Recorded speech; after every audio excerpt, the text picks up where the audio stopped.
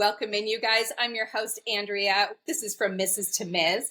We are starting out 2025 with a bang. Now, this may not be airing today, but this is my first recording today of 2025, and I couldn't have someone better in the house with me today. We have Jessica Baum here with me today. Hey, Jessica, how are you?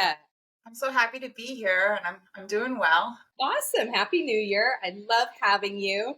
So just so you guys know, Jessica is a passionate psychotherapist and the founder of the Relationship Institute of Palm Beach and Be Selfful, a coaching and online course platform designed to help individuals worldwide transform their relationships. From a young age, she was fascinated by the whys of life, love that, which inspired her to pursue degrees in mental health counseling and specialize in modalities like psychodrama, experiential therapy, EMDR, and imago therapy. Did I say that right? Imago?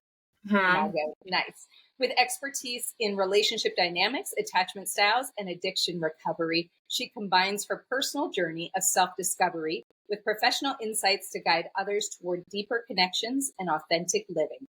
Transparent, empathetic, and driven, she's dedicated to helping individuals and couples build healthier, more fulfilling relationships. So get ready for an inspiring conversation on facing your internal landscape and becoming your most empowered self-full self. Wow.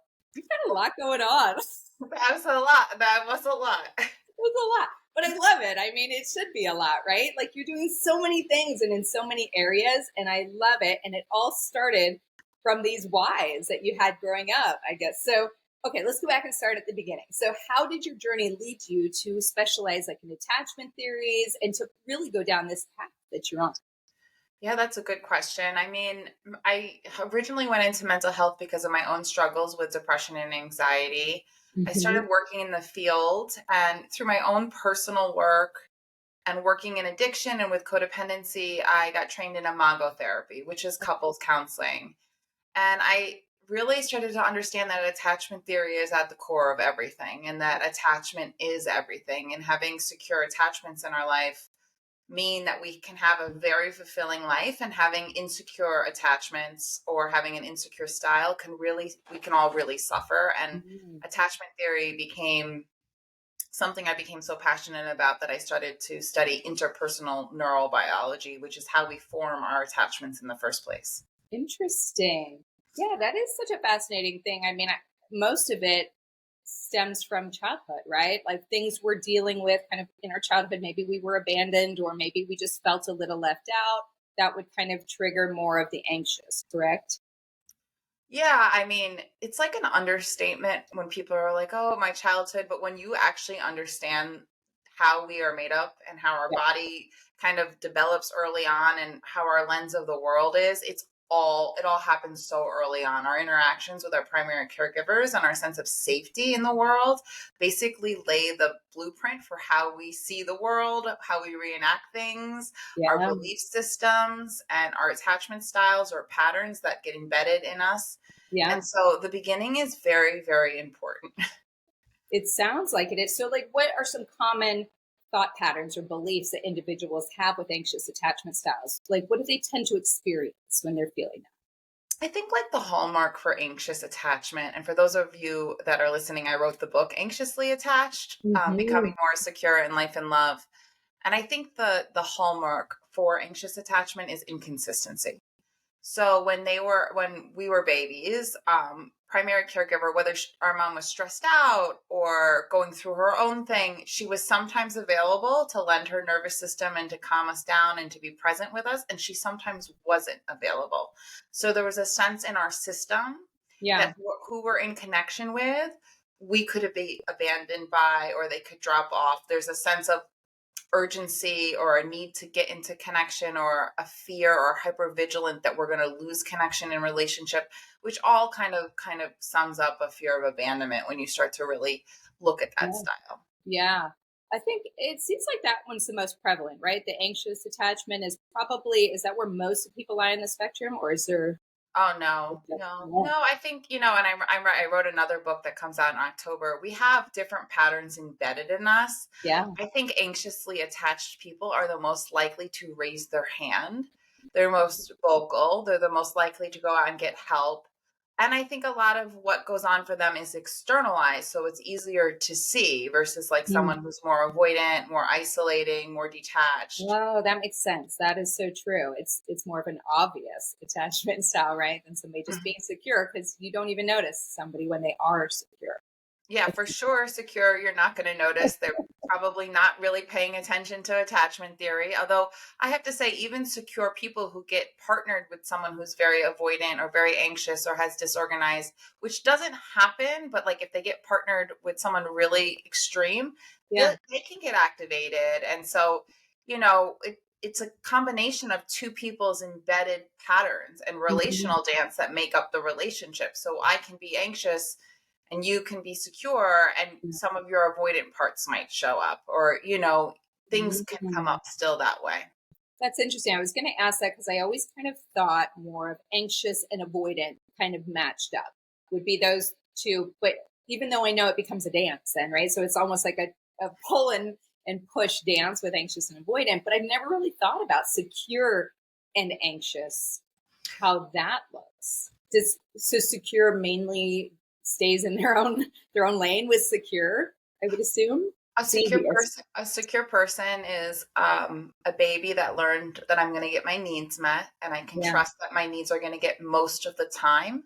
Yeah. And they'll usually attract a partner who can meet their needs most of the time. So it's not that they don't struggle in relationship. We all struggle to a degree in relationship, Yeah. but they're less likely to pick someone who can't meet their needs Hmm. because that's not their familiar.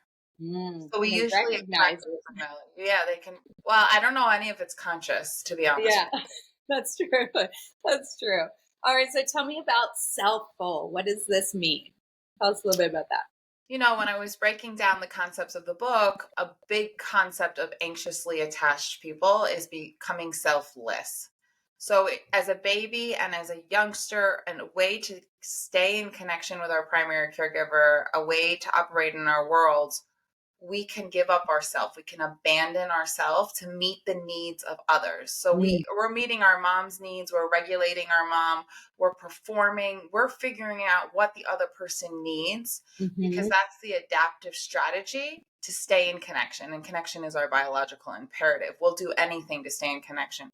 So Yeah. anxiously attached people tend to self abandon. So I say that's selfless. They tend to go to a selfless place where they just give and give and give and give and give. And they think the more that they give, maybe they'll get love. And that's a pattern that's developed. And avoidant people can be seen as selfish. Hmm. And that's the other end of the spectrum. And it's not that they're selfish per se, but they're, instead of giving, they can start to focus solely on themselves as a way to protect themselves and to Oh, stay kind of away from connection when they're scared. So yeah. you have one person that's giving and the other one that's like kind of focused on self, and both of them are not in any kind of connection that's like, giving them what they need, but they're both on these ends of the spectrum. So selfful is a state. It's a scientific state that I would correlate with like a ventral state. And it's a state of fluidity where you can be present with someone, you can give and you can receive. You're not in your fear, you're not in any sympathetic activation. The other two are fear states, the Yeah. protective states. So the selfful state is when you're giving and receiving. And we shift out of these states like all day long. So it's Yeah. not like, oh, I'm going to be selfful all day. It's like, I'm in less fear. I can give and receive from this state. I'm more in a selfful place. Or I'm in a relationship where I'm so scared, I'm going to the selfless state and I start giving and giving and giving to try to get love. Or Mhm. I'm so scared, I'm going to go to the selfish state and you break up with you and focus on myself because that's how I know how to survive. So it's kind of noticing, what do we do when we're scared? And the selfful state is accessing parts of ourselves, our whole self, without fear. Oh, I love that. No wonder you're specializing in this because there's so many different like avenues and aspects. And I've talked to multiple people that deal with attachment theories and know it as well. But I could talk all day about it because there's always more information. People see it a different way and they receive it differently too, right? So it's kind of how I feel like I'm just learning so much all the time about it, trying to figure out what I am, what I'm not. I feel like, and I try to diagnose people. I'm like, oh, you're such an anxious attachment, like I know now what I'm talking about. So you talk on your website a lot about the right hemisphere. Okay, so I want to talk about this. So how can we tap into the right hemisphere of our brain more effectively? And how does doing so enhance our creativity, our imagine, our joy, our sense of wonder? And then I have a follow-up question to that. I'll let you touch base on that one first. Just talk about the right hemisphere so we are familiar with what that means. Yeah, so we have two hemispheres in our brain. And I think more importantly is not so much the right hemisphere, but why do we stay so shifted in the left? And so the left hemisphere is very concerned with achieving tasks, um, competition, goal oriented. Its survival mode is in the left. And we're a Mhm. culture that really supports things that the left hemisphere is good at. And when we use both hemisphere, I mean, they're interacting with each other all the time. Yeah. They're having conversations. When we have trauma in our body, when we have attachment pain, it lives in our body. And if we don't want to feel into our suffering, we'll shift to our left hemisphere as a way to avoid our own pain. Oh, and just subconsciously, we don't even know we're doing. No, we need to Yeah. do it because there's a portal in our body that kind of goes up and down. And if there's too much pain and we don't know how to function with it, we'll start to shift left and we'll become like little machines, or we can become detached from our bodies. Mhm. So all these things can happen, and we can become preoccupied with success and achievement and goals as a way to protect ourselves from our feelings, Mm. essentially. And so Wow. shifting to our right hemisphere or back into our right hemisphere means being with the sensations in our body and Mm. starting to kind of open up conversation with your body, and understanding memory and how memory lives in our body, and opening the portal of the sensations moving up to kind of process them. And being in the right means being with our suffering, but it also Mhm. means being with our joy, and it means accessing more creativity, and it means being more in the moment. So, it's work to live with the right hemisphere leaving. It's really hard work. And so it's, I mean, you kind of answered, but why it's such a challenging shift to go in that direction for us to get it back to the creative side, because it's easier, it sounds like, for us just to kind of fall into almost the left side where we don't have to deal with any of those emotions, because that's the hardest thing. Well, it's protective. Yeah. Yeah, like I needed my left hemisphere. I needed to be a workaholic for years. I needed to focus on all the things I thought was going to make me happy Yeah. because I didn't have the therapist and I didn't have the understanding of how to slow down and be with my body and start to shift, to become more embodied and shift more into the right. Yeah. And it's hard work. It really truly. For those of you who are listening and know what I'm talking about, many people probably know through doing their own therapy and their own work that like shifting into the right means being more in our sensations, which can be very Mm. hard. What kinds of things would you do to get yourself? Is that where you'd meditate? You kind of just take moments to sit in the grief?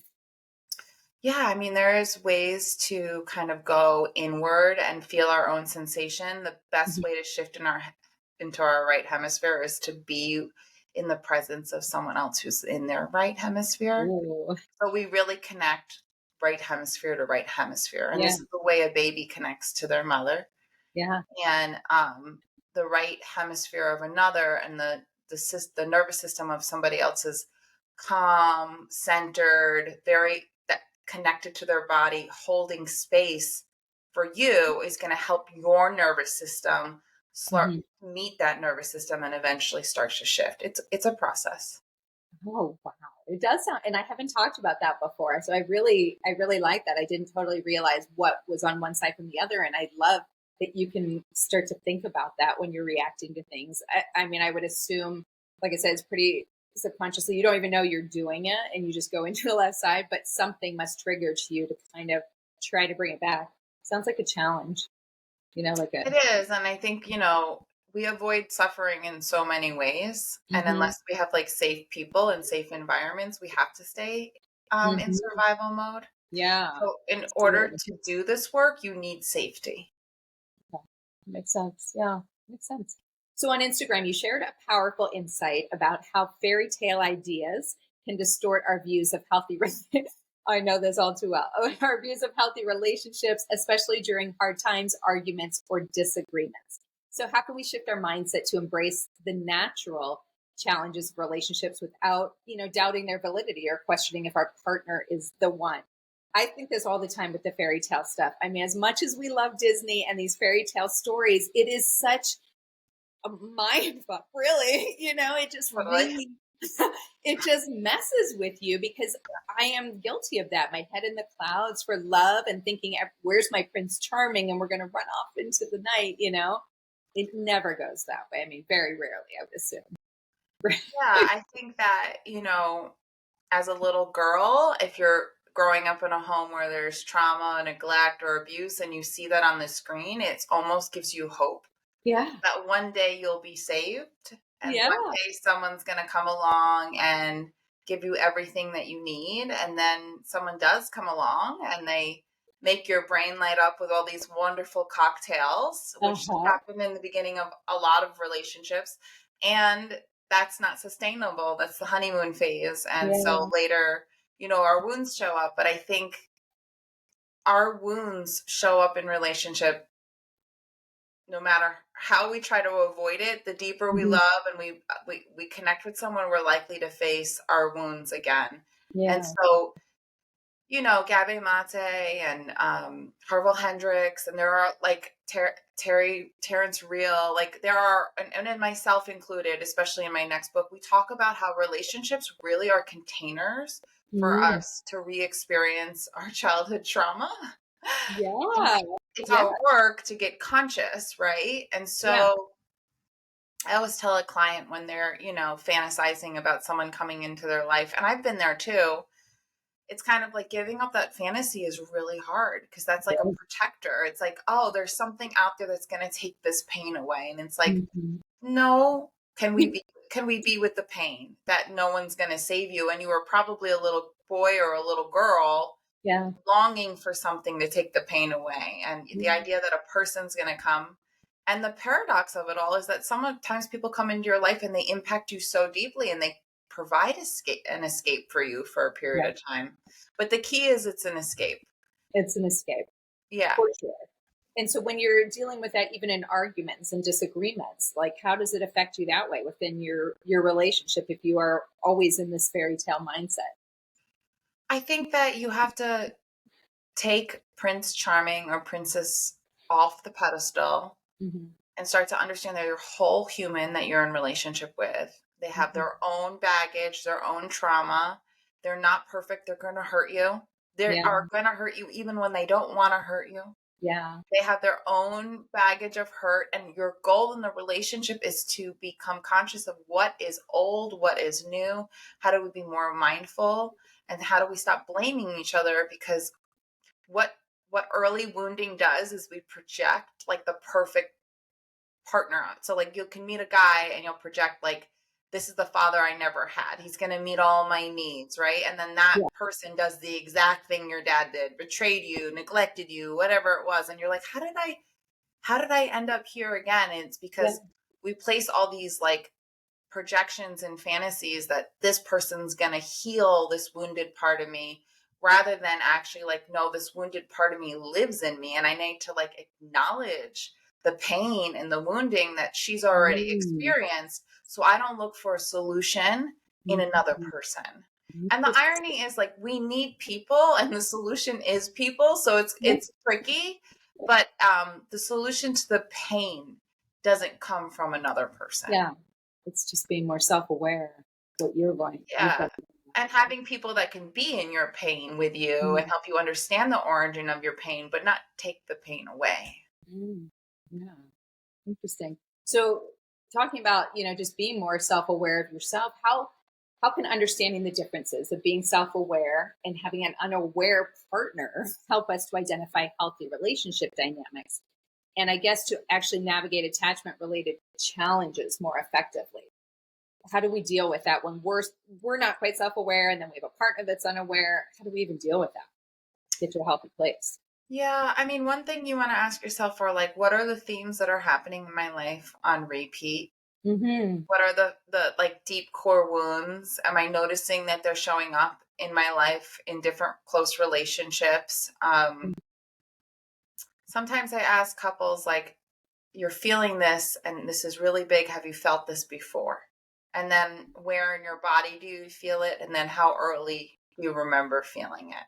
And it's a good way to say, oh my God, I felt this abandonment and it's really big in my body. And I remember feeling it when I was really small. So now we know right now, we're not just dealing with what he or she is doing right now. We are dealing with accumulation of feeling abandoned or whatever it is living in your body. So we can start to become aware of the complexity of Yeah. what's going on in that dynamic. Wow. And what do you do to, I guess, start addressing that stuff that happens from an early age? Is it just acknowledging it?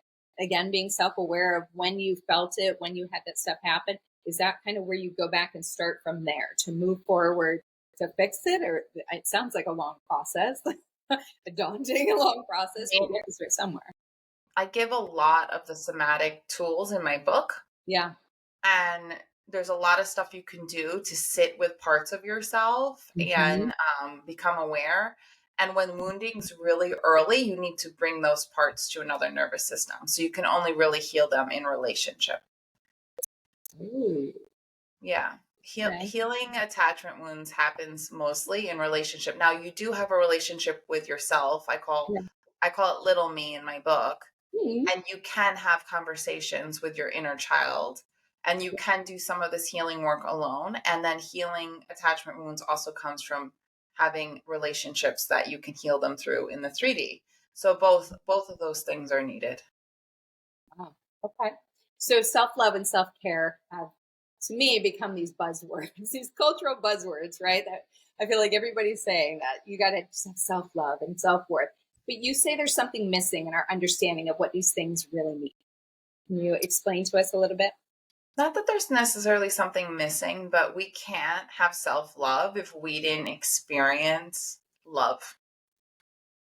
Yeah. So we need to experience healthy love in order to internalize it enough Mhm. to be able to give it to ourselves. So it's like if you grow up in an environment that was really not loving, and then you turn to that person and you say, well, practice being loving to yourself. Like, what are they supposed to do? Yeah. Right. We wouldn't even So, know. yeah. So we need to be in loving relationships, Uh-huh. and we need to feel what that feels like between two Hmm. people, and we need to feel that in our body, and we need to resource that. Like, if you're my really good friend and you bring me warmth and you listen to me and you're caring for me, I can Hmm. say, oh my God, what would Andrea say? If I Right. can't think about being loving to myself, what would my really good friend say to me? And I can resource it that way. You Hmm. need to experience it first and internalize it before you can access it. Mm. So it sounds like a hard concept because it's a little the chicken before the egg. How do you become in a healthy relationship and feel love when you haven't felt love, but you can't feel love because you haven't been in a healthy relationship? But you're saying that you can take it outside of just a romantic relationship. Think about your healthy relationships with your friends, your family, and utilize those moments, those Yeah. Well, those traits. Yeah.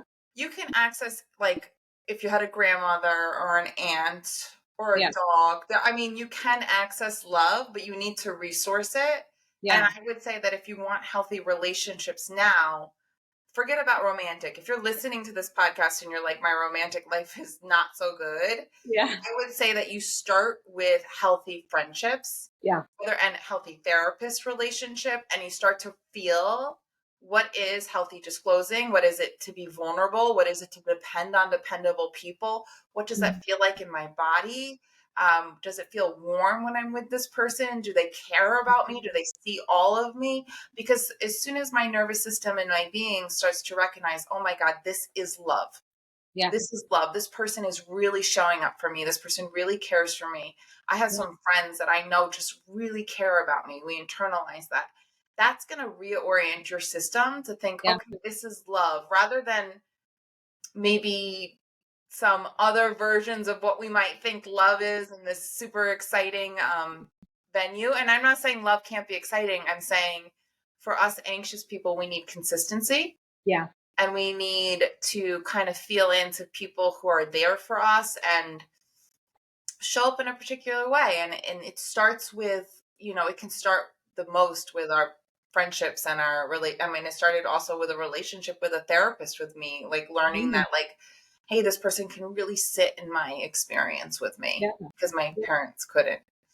Oh, that's interesting. So, okay, so you're anxious attachment. You included yourself in that a little bit? Yeah, I would say I'm a combination of anxious and avoidant, and I'm Yeah. definitely more secure, but I earned that security, and Right. it was a lot of Secure. work. Yeah, yeah. Yeah. Yeah. Wow. I love that though.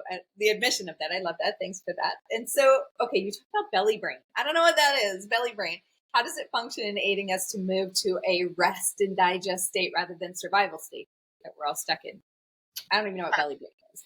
So in interpersonal neurobiology, we study what we call the embodied brain, Hmm. and that's the skull brain, the heart brain, and the belly brain. Okay. And they're all three memory centers.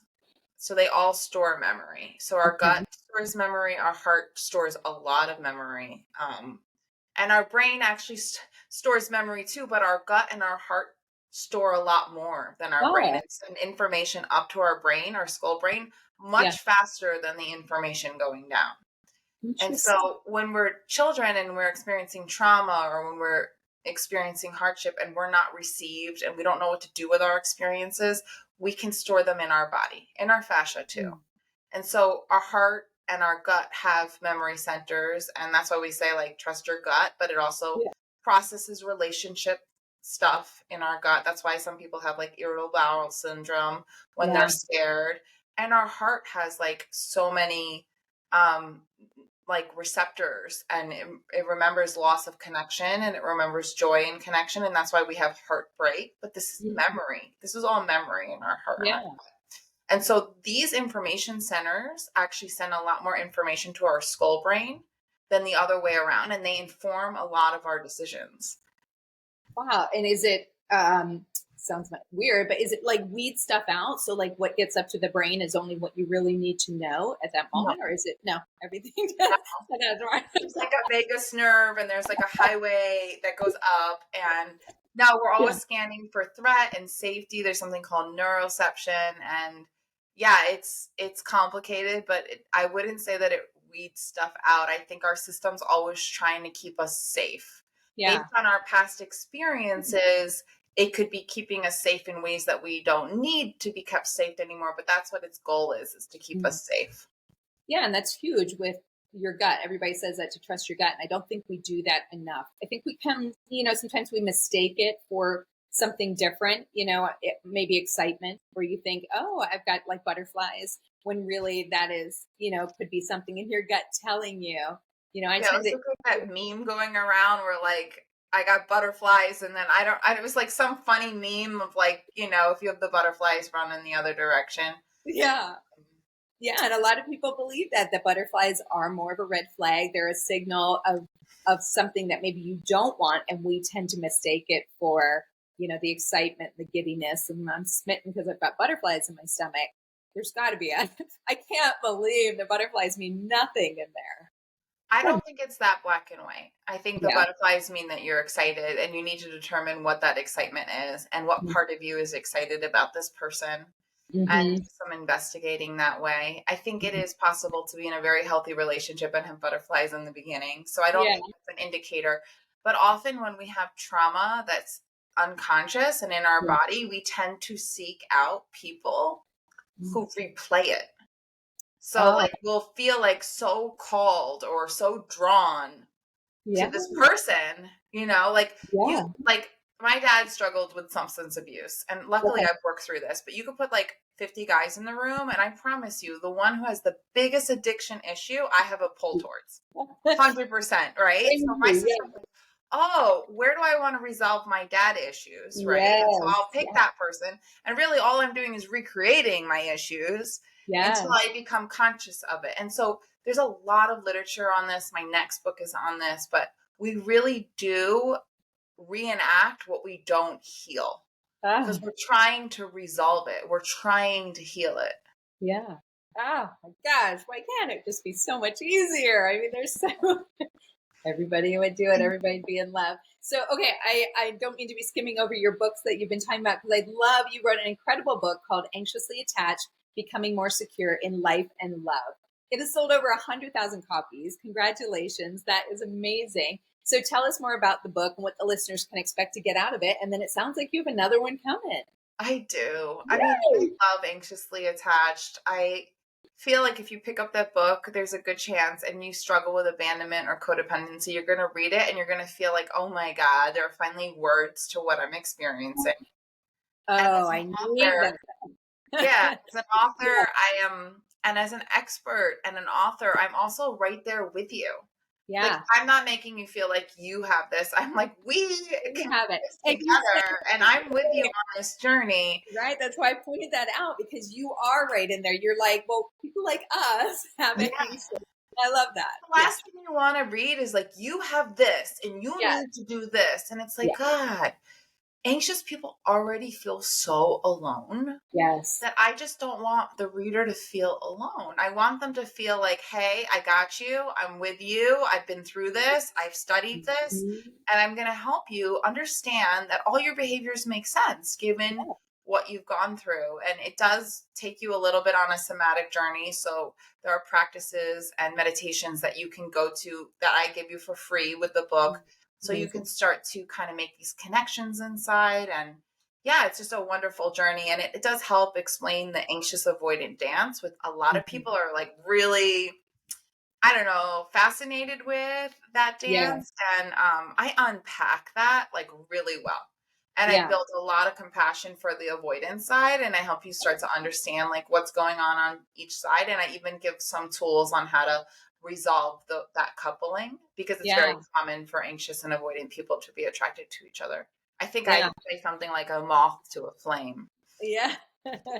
Yeah. So even though it's called anxiously attached, it's really for everybody because everybody has a little bit of that in them, right? Or you might meet somebody that is anxious, even though you're in a different state. So it helps to know how to handle it. Yeah, I mean, I think an avoidant person would not resonate with all of it, but I think the work in the middle could be Mhm. applied to everyone. Like Okay. everybody who wants to be more connected to themselves, wants to like embrace themselves and do the inner work can be Mhm. applied to anyone. But Mhm. and avoidant people might feel more validated in it because I do talk about them in a way that helps an anxious person really understand them. Mhm. But avoidant people are like not going to go out and buy a. It's funny. After I wrote this book, my publishers were like, "Why don't you write the book Avoidantly Attached?" And I Yeah, said, that's what I was going to ask. "No one will buy it." They're Or avoiding. every anxious woman out there will go out and buy a copy for their husband. Yes, But it's not going to absolutely. have the same, like, like anxious people are like the first people. And that's why I love people with anxious attachment. We'll raise our hand. Yeah. We are the first people to say, I need help. And avoidant people, it's Mhm. so much harder for them to be vulnerable and say that they need help. So they're so much less likely. But I cover all 4 attachment styles Okay. in my next book called Uh-huh. Safe. Safe. Yep. Okay. And So that's coming out in safe, October. coming home to yourself and others, an attachment informed guide to building more secure relationships. And you start to really understand how we get all those patterns within us and how to heal them. So Mm. I'm so excited for that. And Oh, I love it. how to really heal attachment wounds. That's Yeah. after this book, people are like, I want more. I want more. I want to know how to heal. And I'm like, all right, I got to give them, got to Like give a them the wall. next step. Yeah. Deeper. It's deeper. It's anxiously attached, just wonderful. And I would say like it's the place to start, and Yeah. safe will probably take it a little bit deeper. Yeah. Oh, that's awesome because yeah, we can work in the anxious state and do the workbook and get through it. And then I understand that where people are like, okay, I've done the work. Now what? So you're I don't providing. think the work ever ends. I mean, Oh, so, I mean, I think I'm out of the frying pan. I pray that I'm out of the frying pan. Um, but yeah, I think the work and the connection to self is always, and I talk about it like I'm always still doing the work. But yeah, I think what we call implicit memory and like the really hard stuff comes up in yeah. safe relationships, and we work through that. And we kind of get to the other side of that, and it's just kind of like maintenance. Yeah. Is You, that what got you there? Would you say into the anxious was your dad with the substance abuse? Is that where it started? my dad actually would actually like categorize my more avoidant. Like, yeah, I mean, like my mom is more anxious. Mm-hmm. My mom was pretty good at being there and then not like hot and cold. And my dad was really not there at all, Mm-hmm. like really kind of in substances. So, I was in a relationship with someone who struggled with addiction. And when they kind of checked out into their abuse, like my little girl, like I regressed.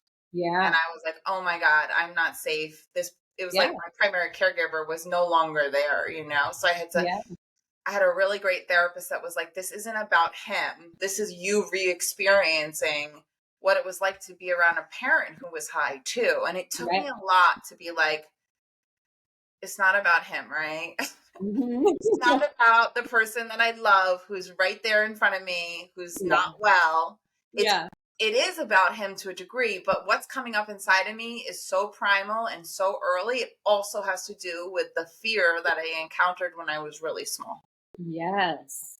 And so did you have to get yourself out of that relationship because of I that? did. I did. And I write about it in this book. I feel like I'm like the Taylor Swift for self-help books, but loved that person very much. I still hold them in my heart. Yeah. Wasn't willing to do the work. Like he did Mhm. some work, but then we got to a juncture and he was like, no, this is Yeah. too hard. And so like I just kept doing my work and he kind of went in the other direction. So I Mhm. didn't really have a choice. Yeah. I definitely wouldn't have left him had he chose to do the work, but I don't blame him for not doing it because it's Yeah. hard. Yeah. And I don't think you can make somebody else do the work. I Mm. think, for those who are listening, I know there's a lot of people out there that are like, my husband needs the work or my boyfriend Yeah. needs the work. The biggest shift in him, and he's still someone in my life, is when I did my own work, he shifted. Mm.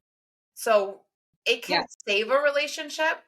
It Yep. didn't save mine, but it can save a relationship because you can do your work and then their behaviors don't impact you in the same way. Or Mhm. sometimes it motivates them to do the work. And Yeah. imago therapy, which is what I'm trained in, which is like takes a couple years. And I definitely recommend imago therapy or emotionally focused couples counseling. It Mhm. helps couples do their childhood work together. So it Okay. helps you recognize what's happening in the here and now is also like bringing up your trauma. And so it kind of helps you get conscious together in that way. And I really, really love those modalities. Oh, that's really neat. And I think that I was just going to say, in reference to your ex-boyfriend that didn't want to do the work, sometimes, we're really upset about that. And we see that as, a demise of the relationship rather than seeing it as a little bit of a blessing, right? Because I feel like when you're starting to do the work and they just don't want to, that's already naturally separating you, right? It Like was you're not, so hard because yeah, like, I was slowing down for like a while and he was like, you're just like feeling more. And I'm like, yeah. yeah, And it was almost like I had to slow down and heal and I couldn't bring him with me. And it was yeah, so sad. It's still so sad because I think yeah. about him and he's actually in a much worse position now. Oh no. Yeah, like But really not in a great place. And yeah. I'm just further along in his addiction. And I'm like, I hope one day something breaks through bad enough for him to want to slow down and heal. But Yeah. yeah, it was really hard because either I would stay and suffer because he wouldn't do the work, or I had to like heal, which was in the moment, healing is the harder path. Yeah. But in the long term, it's the path to freedom, Yeah.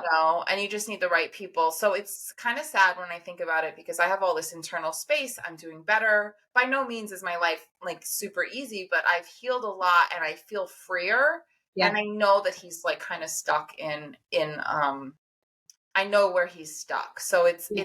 it's hard to think about. It really It is. is. Yeah. Because where would you be today then if you hadn't left? You Oh know, God. I don't know. huh, I don't know right? if I'd be functioning. It's really hard to like for me to live in a home with someone in active addiction. Like I just can't do it. Yeah. Yeah.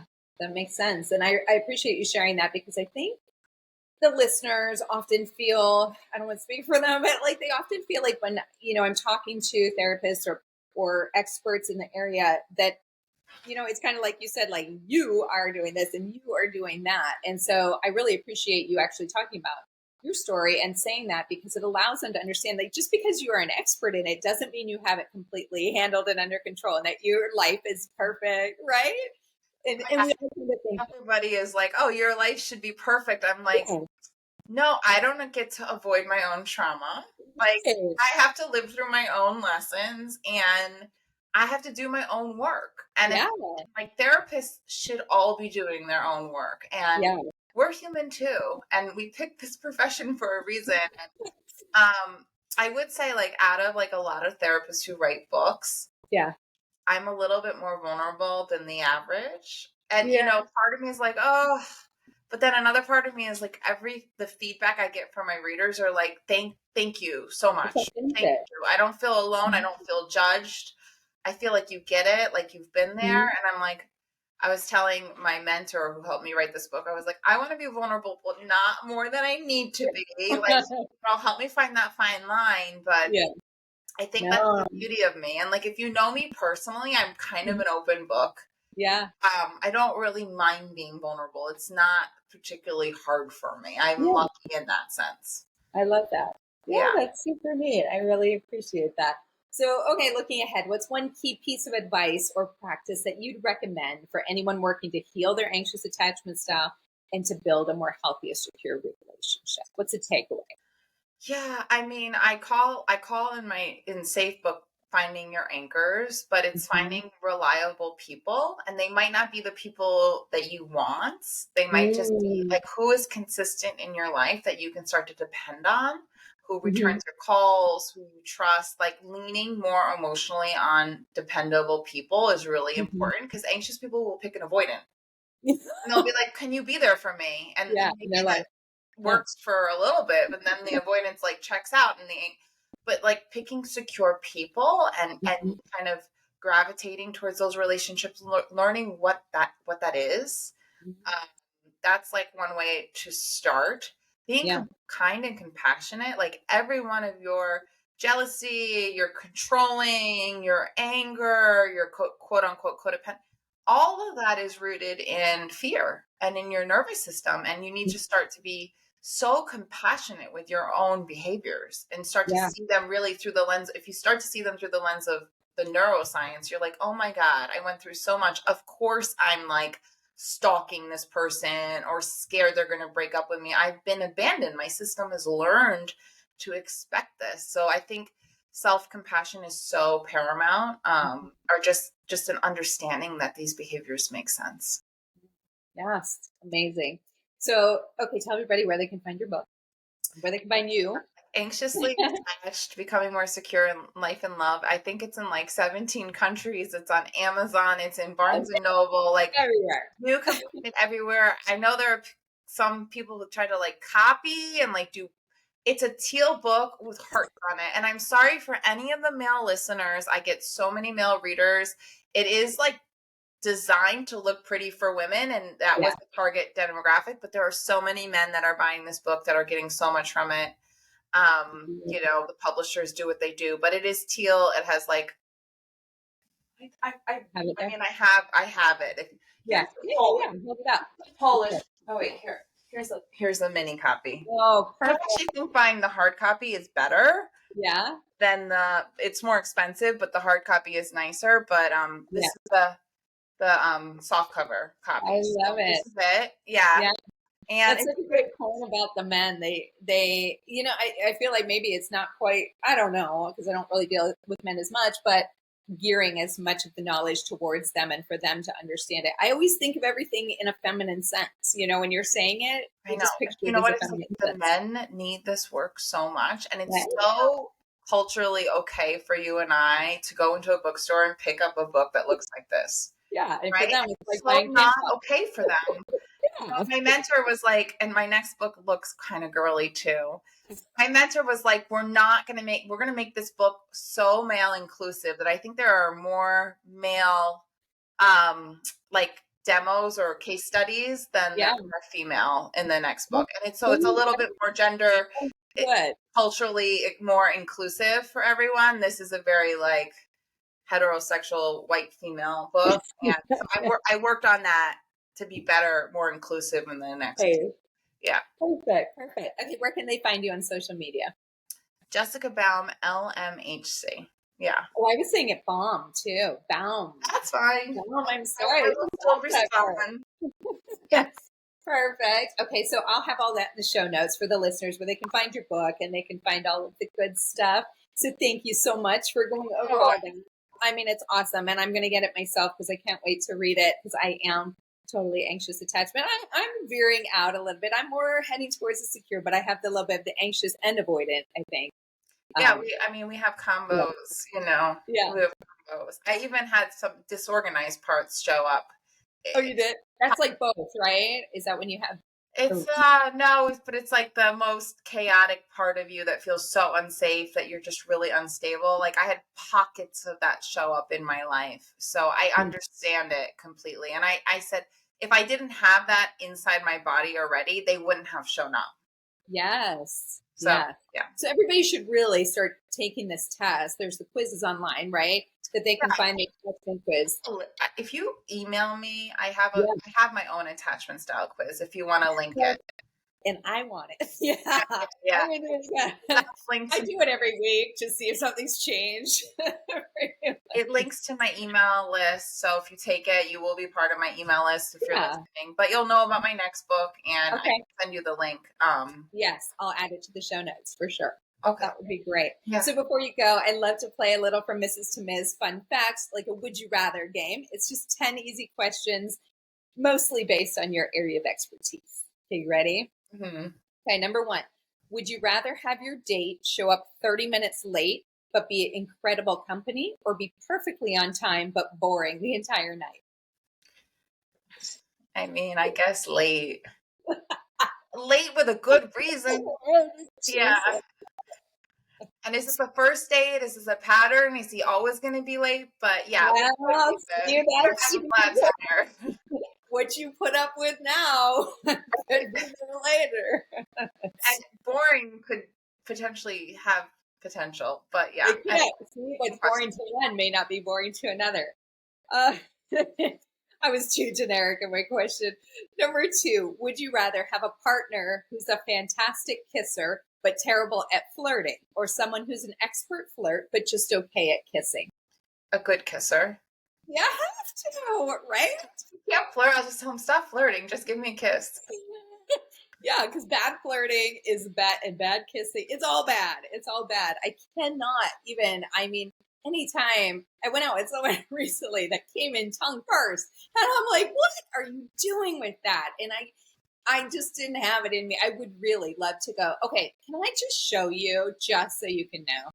It wasn't worth it. Okay. Number 3, would you rather go on a date with someone who only talks in emojis, or someone who takes 10 minutes to respond to everything you say because they're overthinking their answer? God, it's a rough one. I think that would be the first and last date with either one of those, but maybe the emoji, just out of curiosity, what's it like to talk in emojis? Oh, I don't even know. I do say that sometimes when I felt it got out of hand for a little bit. Everything people were responding was emoji, and I'm like, use your words. Come on, kids. Number 4, would you rather fall for someone who makes you laugh uncontrollably, or someone who gives you butterflies every time they walk in the room? I think laugh uncontrollably. Yeah, those turn butterflies. I want both, but I think and I haven't had that. I haven't had a relationship where someone just cracks me up all the time. Really? So that would be nice. I have ones. When you get the really good belly laughs and you're just dying and you've got tears. That happens every once in a while. Those are the keepers. All right, number 5, blindfolded surprises or playful role play? Both? Blindfold me in role play? I don't know. Blindfold surprises. Are you in a relationship now? No. Okay. Number 6, would you rather have the ability to read your partner's mind during sex, or be able to control their sensations with just a touch? Control their sensations with just a touch. Yeah. I don't think anybody wants to know what anybody know everything that's going on in their mind. No, thank you. Yeah. Oh my gosh, that's funny. Okay, number 7, trying new positions or mastering the classics? I mean, both, but I like the classics, but only for so long. So you gotta throw it in Throwing a mix. Okay. Right. Number 8, would you rather overthink every text your partner sends or overanalyze every glance they give you? I mean, these are tough questions. I mean, I probably A would little tough on you here.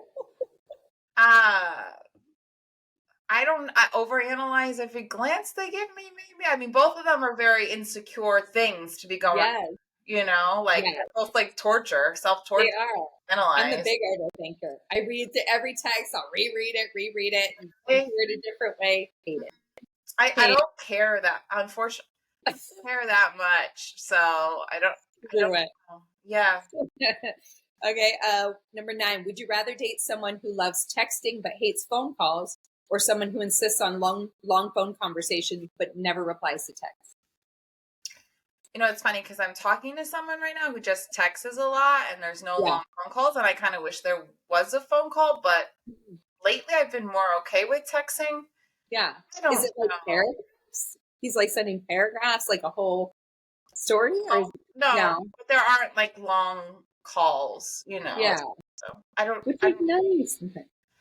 Yeah. I I would went to I definitely like a person that responds to text messages in a relatively timely manner. I don't really think I would do good. There was this one guy that he would just drop his phone and never respond. And I'm secure enough to not really care. I even talked to him and he's like, yeah, it's been a problem. And I'm like, yeah, with it's her. like you literally forget that your phone is even there for like half a day. Wow. More power to him. Is that what's called when it's left on red? When they say you left someone on red? Does that mean like they read your text and then they just don't No, respond? I think left on red is they didn't even see it at all. Oh, they didn't. I always see that. I'm like, oh, I don't know. I don't know. What's a good time frame, do you think, for somebody to respond in a normal average day? Like, I think within an hour, somebody should at least, people are looking at their phone all the time. I mean, sometimes I can't respond for like 2 or 3 hours Sure. because I'll be seeing clients back to back to back to back. But Which is understandable. Okay, but if they're just at home in the evening watching TV or doing whatever, and then they just don't respond all evening, to me, I'm like, oh, I don't yeah, like that. to me, that's not going to be a friend in my world. If Yeah, you're purposely avoiding me, yeah. it's not going to work. Because if they wanted to, they would. My close people respond with a timely manner. That's all that matters. Yeah. All right. Number 10, slow dancing in the living room or spontaneous dance moves in the kitchen. Spontaneous. I like that too. I like that. I like a little slow and fast. It's kind of fun. Oh, I love it. Thank you so much for joining me today. I love it. Everything you're talking about is so fascinating to me. And so I just really enjoy learning more and more about the anxious. And I think it helps us to truly understand who we are and what we are in a relationship. So I love that you're going to send us the link for your quiz. And I'll make sure that's in the show notes so everybody can go on there and Maybe take like a link to the Amazon book. I don't know if you feel comfortable good. sending that too. Whatever you want. No, I'd love to promote it and help get it out there and make it easy for the listeners to just hop on and find you. So we'll have all of that for them. Sure. So that I'll send Melissa an email to get you that link today. okay, perfect. That would be Okay. great. That would be great. Thank you so much for coming. And just what I want to say, just to the listeners out there, thank you so much for joining us. And you can find me on any major streaming platform from Mrs. to Ms. You can email me at info@fromMrs.Ms.net. We'll see you guys next week. Have a great one. Bye. Bye.